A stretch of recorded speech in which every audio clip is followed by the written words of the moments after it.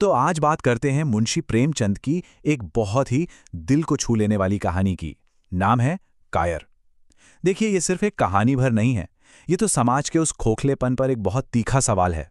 एक ऐसा सवाल कि भाई, क्या सम्मान किसी की जिंदगी से भी ज्यादा कीमती हो सकता है?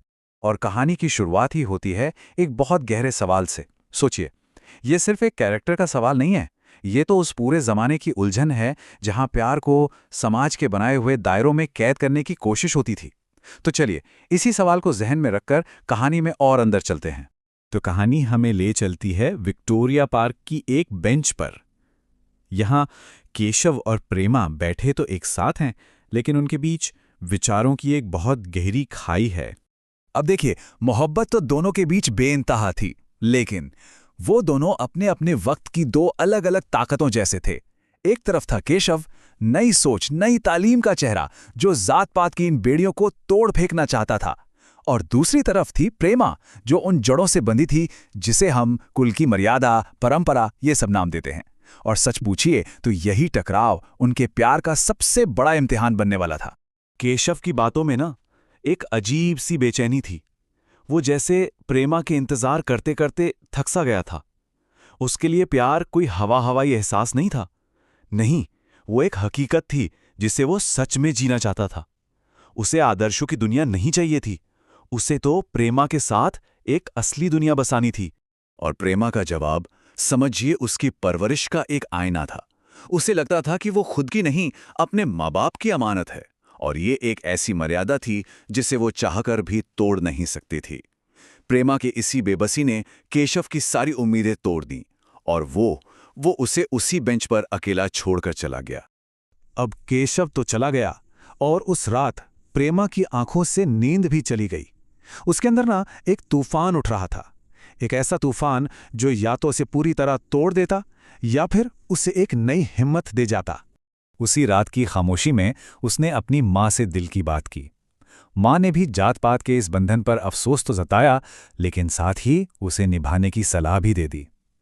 जानते हैं, समाज का यही दोहरापन, यही दोगलापन प्रेमा के अंदर जो लड़ाई चल रही थी ना, उसे और भी तेज कर गया।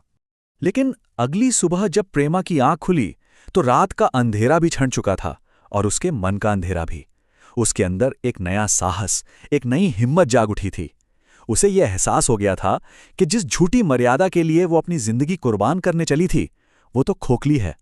असली मर्यादा तो प्यार में है, प्रेम में है। और बिना प्यार की शादी करना, वो तो सिर्फ जिस्म का सौदा है, रूह का नहीं। और बस इसी नए फैसले की आग दिल में लिए प्रेमा ने तय कर लिया कि अब वो चुप नहीं बैठेगी। वो अपने प्यार का इजहार करेगी, सीधे अपने पिता के सामने, परंपरा की उस सबसे ऊंची दीवार के सामने। और ये मौका आया भी जब उसके पिता एक बड़े अफसर के रिश्ते की बात लेकर आए। प्रेमा ने उस वक्त कुछ कहा नहीं, बस खामोशी से केशव की तस्वीर निकाली और उनके सामने रख दी। ये उसकी तरफ से एक खामोश बगावत थी। अपनी बेटी की ये हिम्मत देखकर पिता का गुस्सा 7वें आसमान पर पहुंच गया। उन्हें लगा कि ये जो पढ़ाई लिखाई है ना, यही उनकी बेटी से कुल की मर्यादा छीन रही है। और बस उन्होंने फौरन प्रेमा के कॉलेज जाने पर पाबंदी लगा दी। वक्त बीतता गया, पूरे 6 महीने। पिता रोज अपनी बेटी को अपनी आंखों के सामने घुटते हुए, मुरझाते हुए देख रहे थे। और आखिरकार एक पिता का दिल पसीज ही गया। उन्होंने तय किया कि कुल की मर्यादा से बढ़कर उनकी बेटी की जिंदगी है। उन्होंने इस रिश्ते को एक आपद धर्म, मतलब एक मजबूरी में उठाया गया कदम मानकर स्वीकार करने का फैसला कर लिया। लेकिन ये मुलाकात एक उम्मीद नहीं, बल्कि एक गहरे अपमान का जख्म दे गई। केशव के पिता अपनी जाति के घमंड में इतने चूर थे कि उन्होंने प्रेमा के पिता की बहुत बेइज्जती की, उन्हें जलील कर दिया। उनकी नज़र में ये रिश्ता उनके कुल पर एक धब्बे जैसा था। तो अब कहानी एक ऐसे मोड़ पर आ खड़ी हुई थी जहां सारी बात केशव पर थी। गेंद अब केशव के पाले में थी। हाँ, वही केशव जो बदलाव की, हिम्मत की बड़ी बड़ी बातें किया करता था। अब फैसला उसे करना था, और ये एक ऐसा फैसला था जो सबकी जिंदगी बदलने वाला था। और जैसे ही उसे अपने पिता के गुस्से का सामना करना पड़ा, केशव के सारे बड़े बड़े आदर्श, सारी हिम्मत हवा हो गई। सिर्फ एक पल में उसने अपने प्यार से मुंह मोड़ लिया। एक साफ झूठ बोलकर उसने अपने प्यार को नहीं, अपनी कायरता को चुना। उधर दूसरी तरफ प्रेमा अब भी उम्मीद का एक छोटा सा धागा पकड़े हुए थी। उसने केशव को एक खत लिखा जिसमें उसने साफ कहा कि उसे उसकी दौलत नहीं चाहिए, उसे तो बस उसका साथ चाहिए। वो हर मुश्किल से लड़ने को तैयार है, बस वो हिम्मत ना हारे। उस खत के जवाब का इंतजार पूरी रात घर का हर एक इंसान करता रहा। केशव तो नहीं आया, लेकिन अगली सुबह उसका जवाब आ गया, एक बंद लिफाफे में, जो प्रेमा की उस आखिरी उम्मीद को भी हमेशा के लिए खत्म करने वाला था। उस खत में लिखे केशव के शब्द किसी जहर से कम नहीं थे। उसने साफ साफ लिख दिया था कि वो समाज के इन दीवारों से नहीं लड़ सकता, उसमें इतनी हिम्मत नहीं है। उसने प्यार को नहीं, अपनी सहूलियत को, अपनी सुरक्षा को चुना, अपनी कमजोरी को मान लिया और प्रेमा को हमेशा के लिए अकेला छोड़ दिया। वो खत पढ़ने के बाद प्रेमा रोई नहीं, एक आंसू नहीं। उसके अंदर जैसे सब कुछ एकदम खामोश हो गया। एक ठहरा हुआ सा, जलता हुआ सा दुख, ऐसा दुख जिसने उसकी आंखों से आंसू तक छीन लिए थे। उस पूरे दिन वो घर के कामकाज में ऐसे लगी रही मानो कुछ हुआ ही ना हो। उसने अपने टूटे हुए दिल को दुनिया की नजरों से छुपा लिया। जब मां ने पूछा तो बस इतना कह दिया कि केशव की तबीयत ठीक नहीं है। रात हुई, उसने सबको अपने हाथों से खाना खिलाया और फिर बहुत देर तक हारमोनियम पर गाती रही, बहुत देर तक।